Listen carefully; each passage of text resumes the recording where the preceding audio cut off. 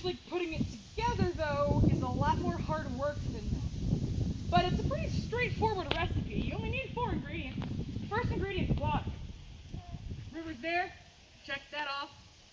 You do need sand, because you're mixing things together. But as you can see, they're not going to run out of that either. They've got plenty of that on hand. Now those 2 things are the recipe for a sandcastle, which might look nice, but it's not going to last very long first time it gets rained on. So they go ahead and add a 3rd ingredient, which is quicklime powder. Now this is a chemistry class, so we're going to just go ahead and skip the lecture, but all you need to know is it's a volatile chemical, kind of loose and powdered. Come on, flour, almost.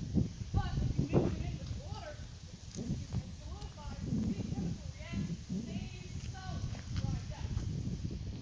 But those things are nice and sturdy, but they're not standard.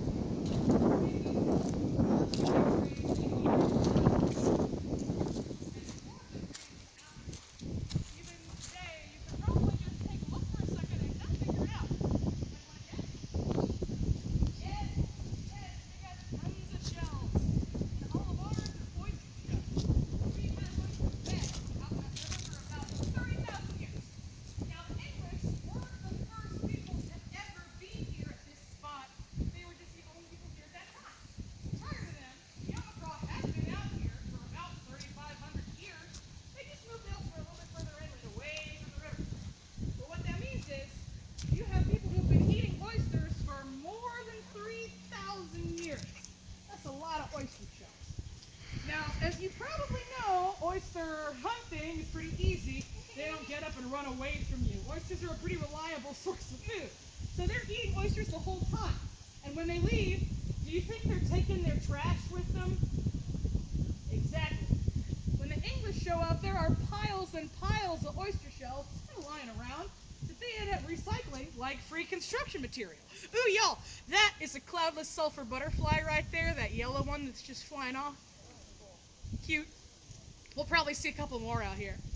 But as I was saying, so the English mix all 4 ingredients together in a nice batter, kind of like cake mix almost, and they set it up into a wooden box for their frame, pour it in there, get it nice and sturdy, nice and thick, and let it dry.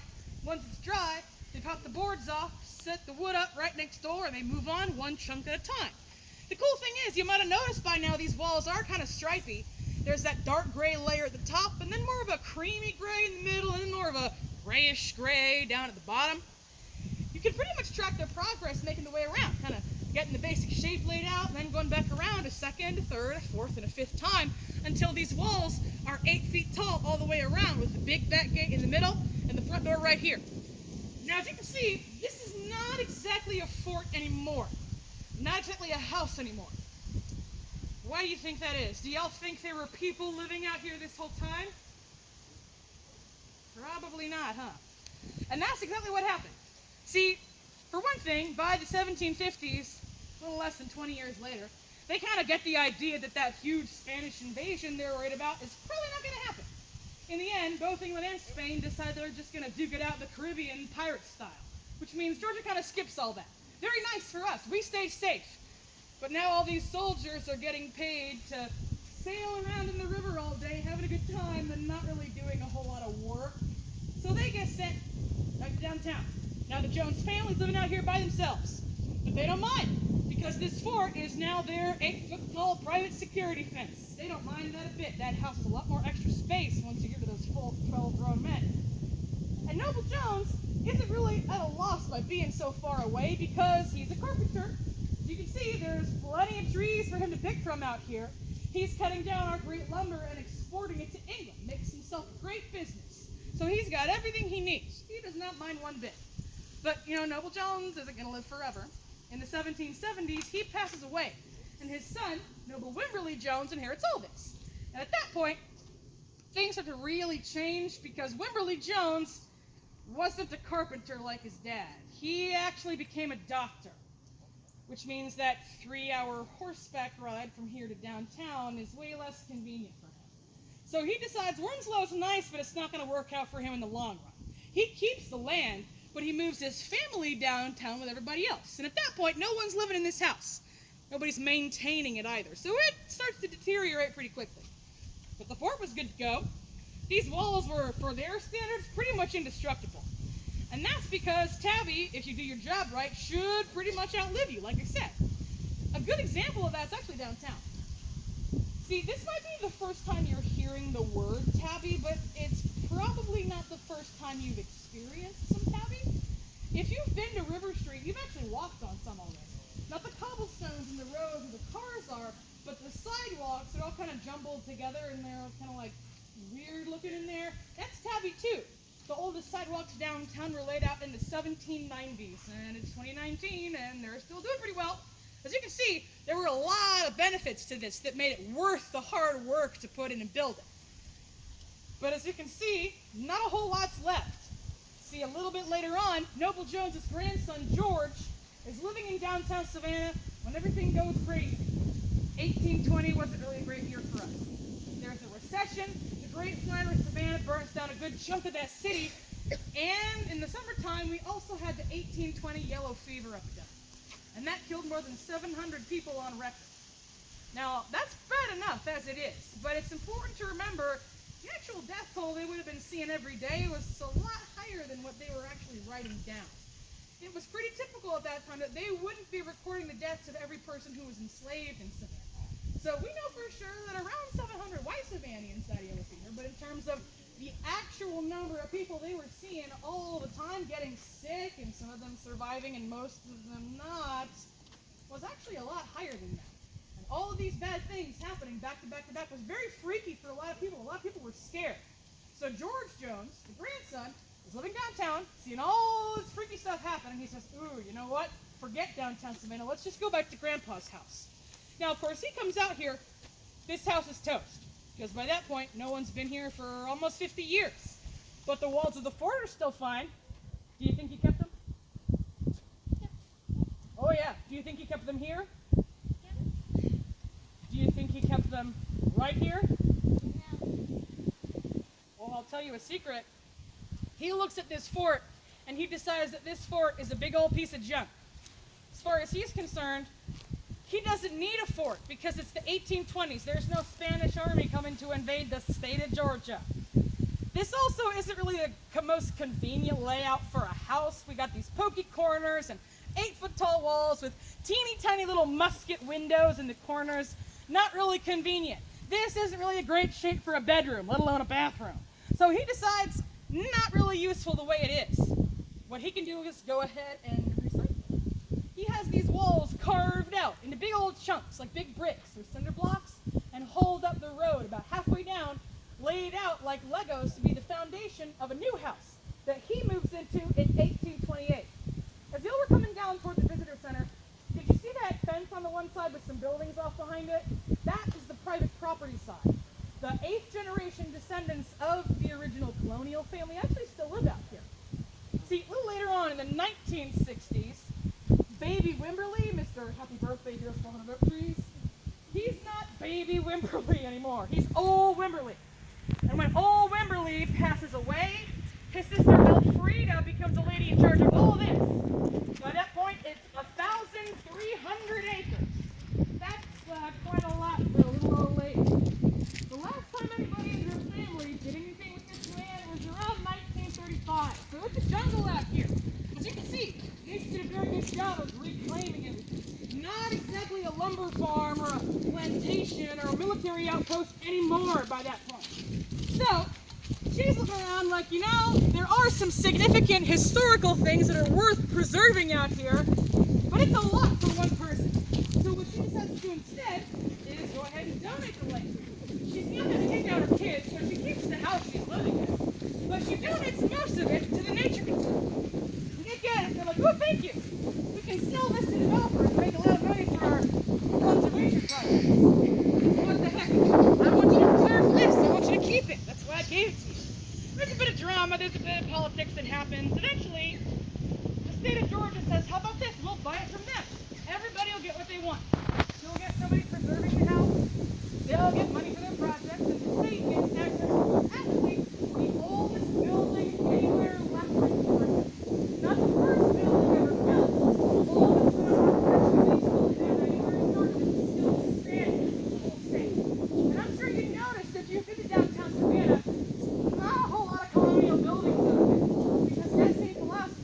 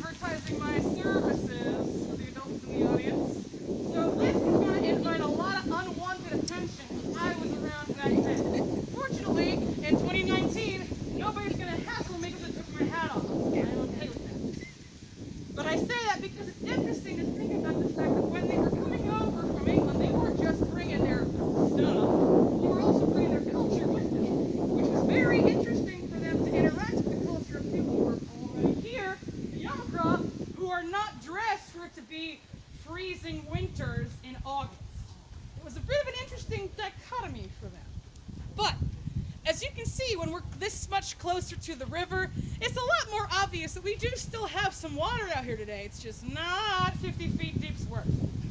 See, in the 1960s, around that same time, we ended up diverting this river, sucking all that water. Well, not really sucking it up, more just like how in the movies when you see them move a railroad track, the whole train, like from this instead of this way, it goes that way. They did that with this river, because this river, the Skidaway River and the Savannah River, are kind of like twins.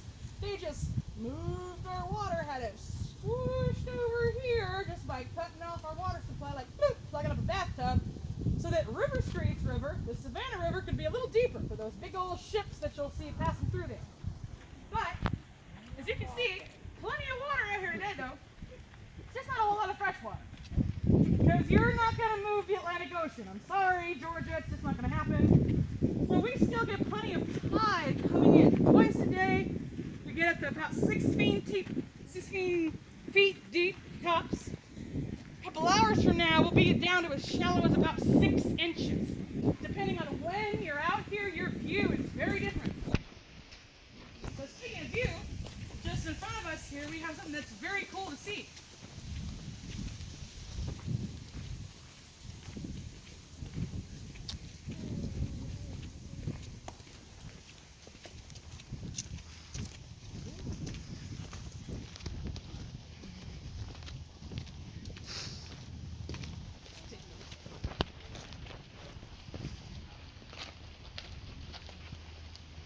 All right, perfect.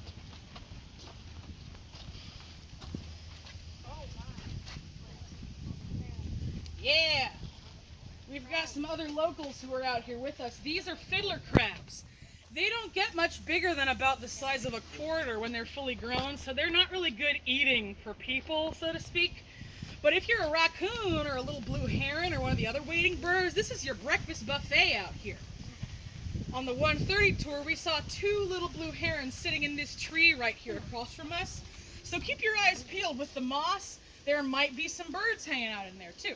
You just got to make sure you keep your eyes open.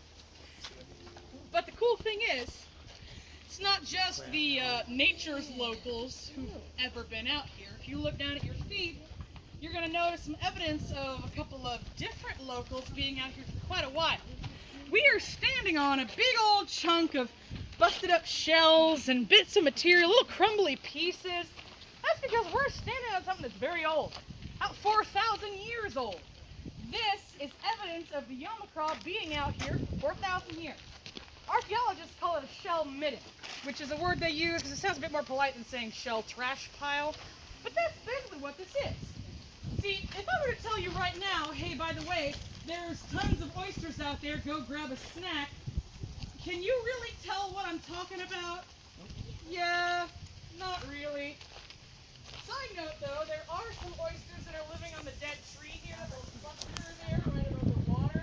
That's one of my favorite parts. Nature's very creative. But here's the thing. Same basic principle for them. When this river is deep, there's always 50 feet of water out here, but when the tide comes in, there's a whole extra layer on top. Which means high tide, not the greatest time to go oyster hunting, so to speak. Kind of like right now, you'd want to wait for the tide to go out a good bit more before you walk out there to get some oysters. Now, nobody's doing that today because of the endangered species on state land, but you get the idea. You wouldn't want to do that right now, but a couple hours from now when there's 6 inches of water, it's going to be way easier, hypothetically. Same basic thing. Twice a day when the tide is out, when more of these banks are exposed, they're walking out here, they're grabbing as many as they want. They're already hungry. It's right here. They call for shells. So the trash is just kicking around by their houses with them. And over time, if you've got 500 people or so doing that for thousands of years, you're going to accumulate a lot of oyster shells. So much so that when the English find this, they look at this and they're like, dang, this is at least 2 stories tall, probably bigger. When Noble Jones measures it, he says, wow, at least 15 feet tall, maybe bigger. Now, measurements weren't super exact back then, so it could have been off by a little, but that is still very impressive. You look at this and see this is at least as tall as a 2-story house. Now, right now, we're not standing on top of a 2-story house. As you can see, it's not 15 feet tall anymore. We're standing on about half. Look, y'all be here. The rest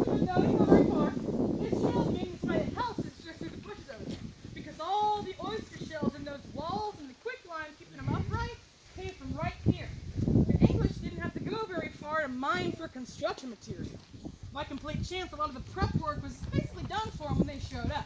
So they did not have to eat their way through 4,000 years worth of oysters just to build any. Okay. How long did the tabby take to mold and dry? Depends on the weather. Sometimes, if you're really lucky, a couple of days. But if you're getting a lot of rain, a couple of weeks. Oh, okay.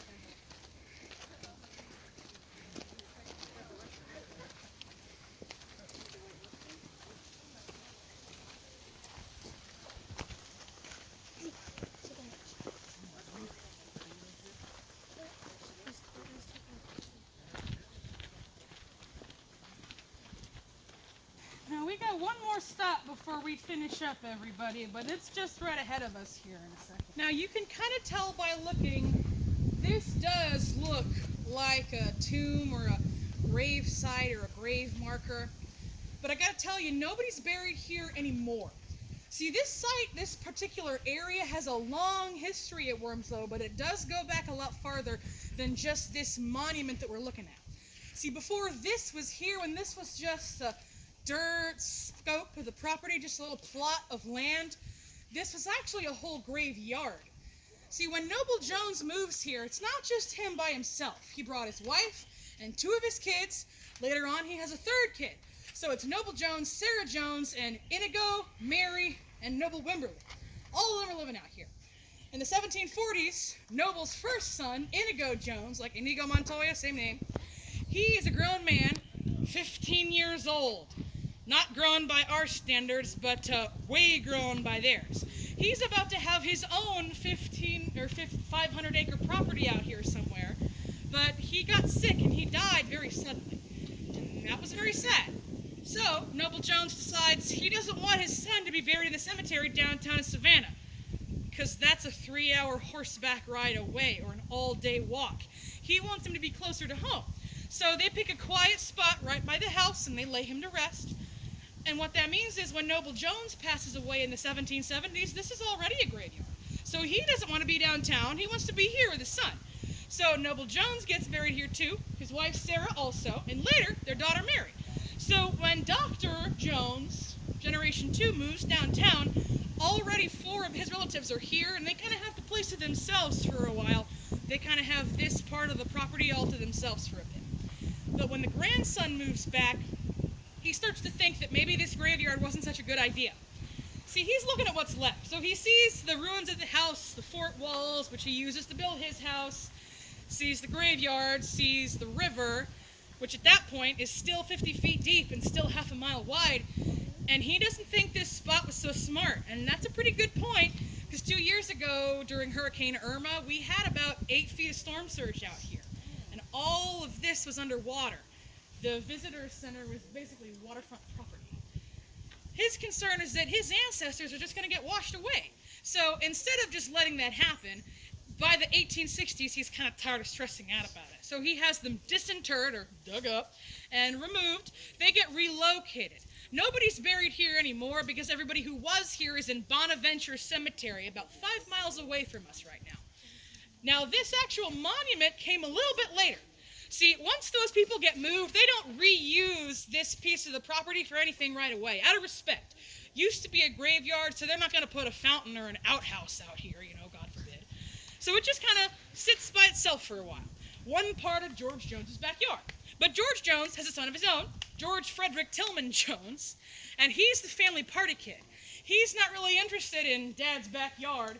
He's not going to have a picnic lunch or a tea party. He wants his own private party zone because he invested in the railroad on his dad's advice. He's got a lot of play money to enjoy with. So he scales up the backyard. It's not just the backyard anymore. It is a full private botanical garden. There's statues and fountains and sculptures. There's brick pathways and Greek columns. He has an artificial river put through here with a giant bridge with a gazebo over it. It was nuts. And all of that is stuff he has done to, you know, make his house fancier, make it something that he can enjoy, what he wants, impress his friends. But his friends aren't really buying it.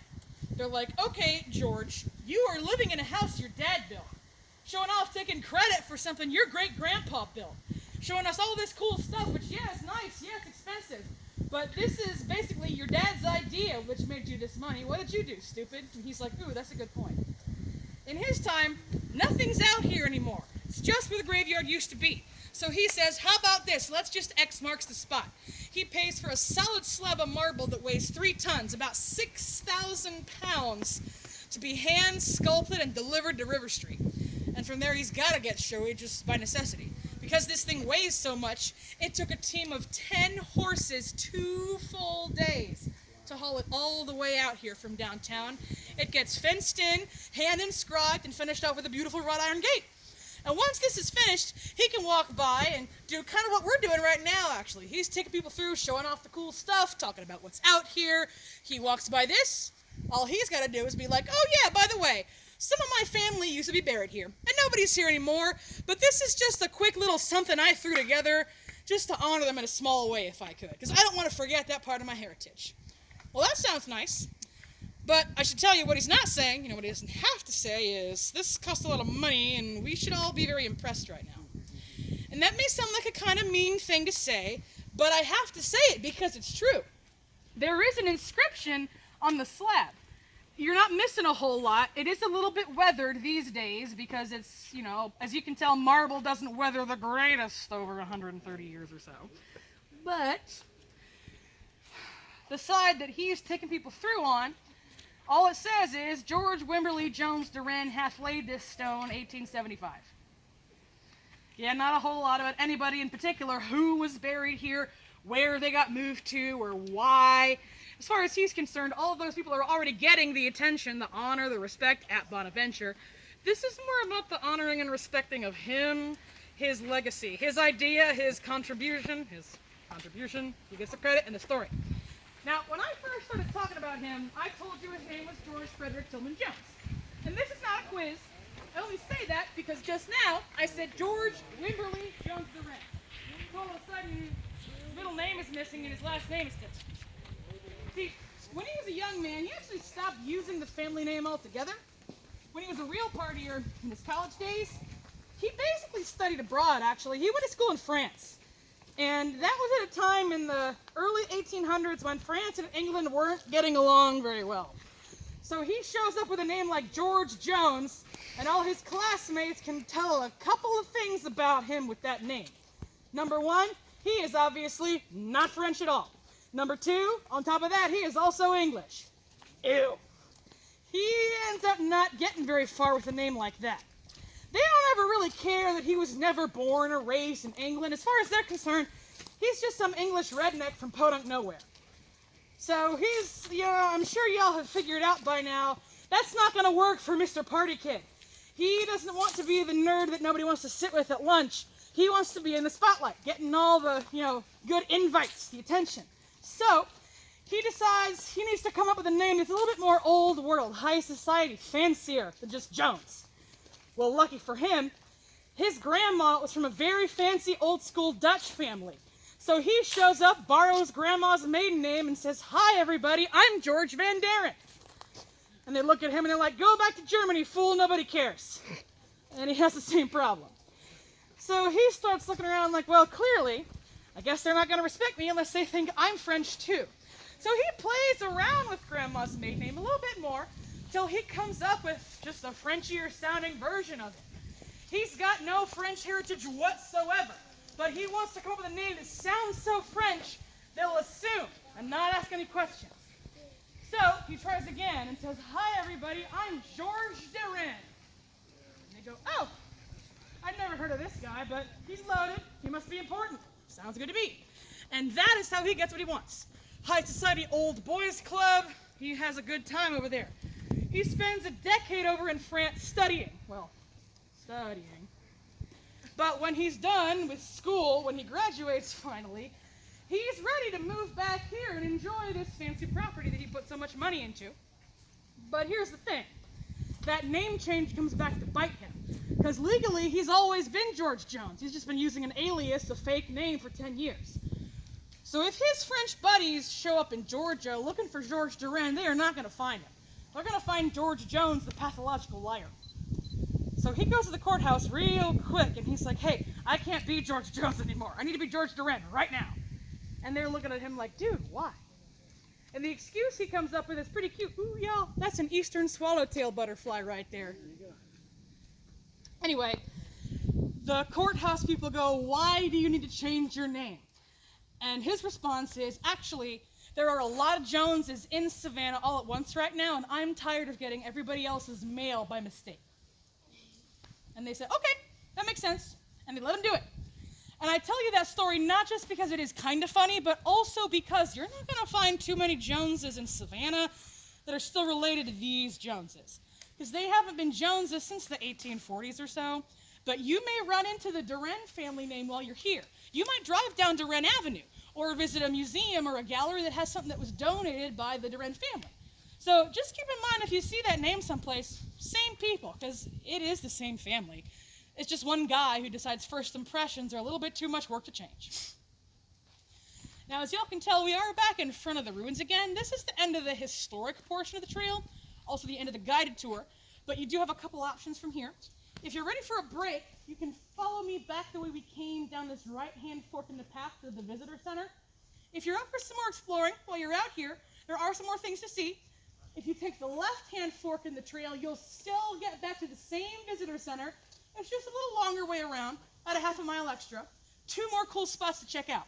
First one is our observation deck. It's a better view out onto the water, a better spot for photos, enjoying the breeze. And if you keep going, you're also going to see our colonial life area. Since this house hasn't been a house in a long time, we do have some replica buildings over there to give you a better idea of what actually living in colonial Georgia would have been like. So if you're curious about that house that fits 12 people so comfortably, you can find out, because we got one. There's a blacksmith's forge, there's a kitchen garden, it's pretty cool. So if y'all want to check out, if you have the time, I would encourage you to do that. But I will be here for a minute in case y'all have questions. Whatever you decide, everybody, thank you very much for your time today, and I hope y'all enjoyed the tour.